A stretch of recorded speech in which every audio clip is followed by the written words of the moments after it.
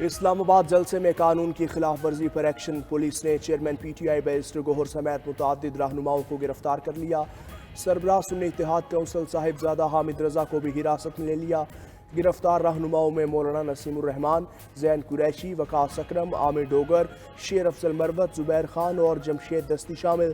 زین قریشی، وقاص اکرم، عامر ڈوگر اور دیگر کو پارلیمنٹ کے اندر سے گرفتار کیا۔ پولیس نے پارلیمنٹ کے اندر سے گرفتار کرنے سے پہلے لائٹس بند کر دی تھیں۔ گرفتاریاں کرنے کے بعد پولیس نے پارلیمنٹ کو چھوڑ دیا۔ بیرسٹر گوہر اور زبیر خان کو پارلیمنٹ کے باہر سے گرفتار کیا۔ شعیب شاہین کو ان کے دفتر سے پکڑا گیا۔ وزیر اعلیٰ خیبر پختونخوا علی امین گنڈاپور پشاور پہنچ گئے۔ بھائی فیصل امین کی تصدیق۔ علی امین گنڈاپور سے گزشتہ شام 7 بجے رابطہ منقطع ہوا تھا۔ وزیر اعلیٰ کے پی رات 3:30 بجے اسلام آباد سے پشاور کے لیے روانہ ہوئے۔ وزیر اعلیٰ خیبر پختونخوا کا موبائل فون بھی بند رہنے کے بعد آن ہو گیا۔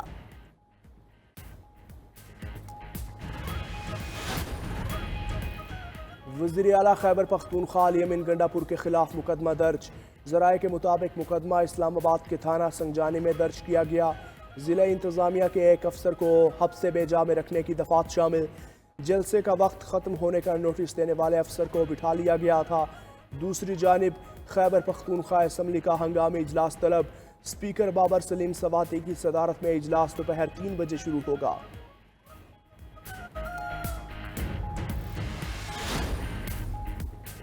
حکومتی اتحاد کا مشترکہ اجلاس اور مجوزہ آئینی ترمیم کے لیے نمبرز پورے کرنے کا دعویٰ۔ صدر اور وزیر اعظم کے الگ الگ اشائیے۔ اعلیٰ عدلیہ کے حوالے سے آئینی ترمیم کی جائے گی۔ سپریم کورٹ میں ججز کی تعداد بڑھانے کی تجویز۔ ججز کی عمر کی حد بڑھانے کی ترمیم بھی شامل۔ ترمیم پر پیپلز پارٹی، نون لیگ اور جے یو آئی کی قیادت مکمل رابطے میں ہے۔ جے یو آئی فے مجوزہ ترامیم کے لیے حکومت کا ساتھ دے گی، ذرائع کا دعویٰ۔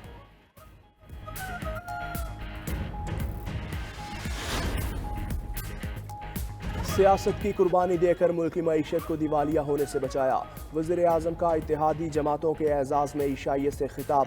کہا شبانہ روز محنت کی بدولت نہ صرف معیشت مستحکم ہوئی بلکہ ترقی کی جانب گامزن ہے۔ حکومتی معاشی اصلاحات کے مثبت نتائج عوام کی دہلیز تک پہنچنا شروع ہو گئے ہیں۔ معیشت کی ڈیجیٹائزیشن حکومت کی اولین ترجیحات قرار۔ وزیر اعظم نے واضح کیا کہ بجلی کے بلوں کے حوالے سے غریب اور کم آمدنی والے طبقات کے لیے اقدامات کر رہے ہیں۔ معاشی مشکلات سے نکلنے کے لیے سب کو مل کر کام کرنا ہوگا۔ وزیر اعظم کا حکومتی امور میں تعاون پر اتحادی جماعتوں کے پارلیمنٹیرین سے اظہار تشکر۔ اتحادی جماعتوں کے اراکین پارلیمنٹ کا وزیر اعظم کی قیادت پر مکمل اعتماد کا اظہار۔ ملک خیرات پر نہیں چل سکتا، یہ ممکن نہیں کہ ٹیکس کے بغیر ترقی کر سکیں۔ وزیر خزانہ کا قومی اسمبلی میں اظہار خیال۔ آگاہ کیا کہ آئی ایم ایف کا آخری پروگرام تب ہوگا جب سٹرکچر اصلاحات لائیں گے۔ ایک بار پھر حکومت اور کاروبار الگ الگ کرنے پر زور۔ بولے پرائیویٹ سیکٹر کو لیڈ کرنا چاہیے۔ کرنسی مستحکم ہے، مہنگائی سنگل ڈیجٹ پر آ گئی۔ وزیر خزانہ محمد نے نجی شعبوں میں قرضوں کی کمی کو بھی اہم قرار دے دیا۔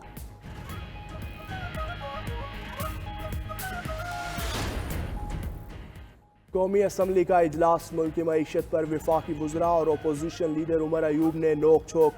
وفاقی وزیر احسن اقبال نے کہا پی ٹی آئی حکومت نے 2018 میں اکانومی پر جو یو ٹرن لیا اس سے ملکی معیشت کو شدید دھچکا لگا۔